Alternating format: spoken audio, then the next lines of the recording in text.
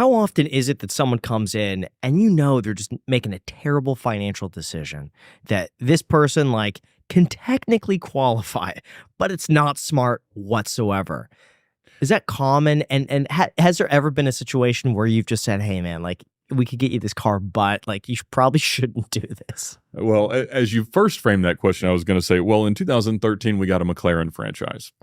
And so that early in McLaren's current existence, they were miserably unreliable cars. And so they would all break, always. The failure rate of these cars in the first week of ownership, where they may have come back in on a tow truck or at least had some very meaningful fault, was 100%.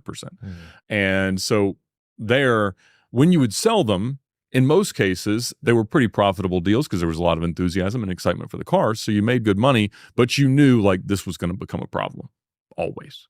And so in that regard, there were times where people were buying cars that you knew were troublesome, and you would at least try to help them to understand that. I know that you love Lotuses, but the best way to sell someone on a lease is to try to talk them out of it.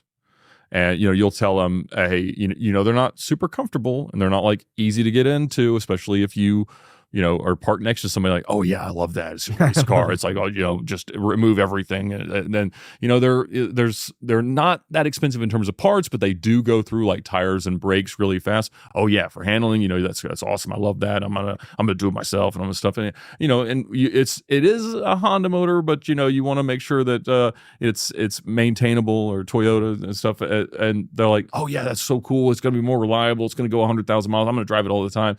But if you hurt the clamshell, it's really expensive, so just make sure that you've got good insurance and just be careful, don't bump into stuff. Oh yeah, I love that. It's so light. And they're just talking themselves into it over and over and over again, and it's they always buy them. No one can go look at a Lotus and not buy it. Unless it breaks while they're driving it or catches on fire, which happens.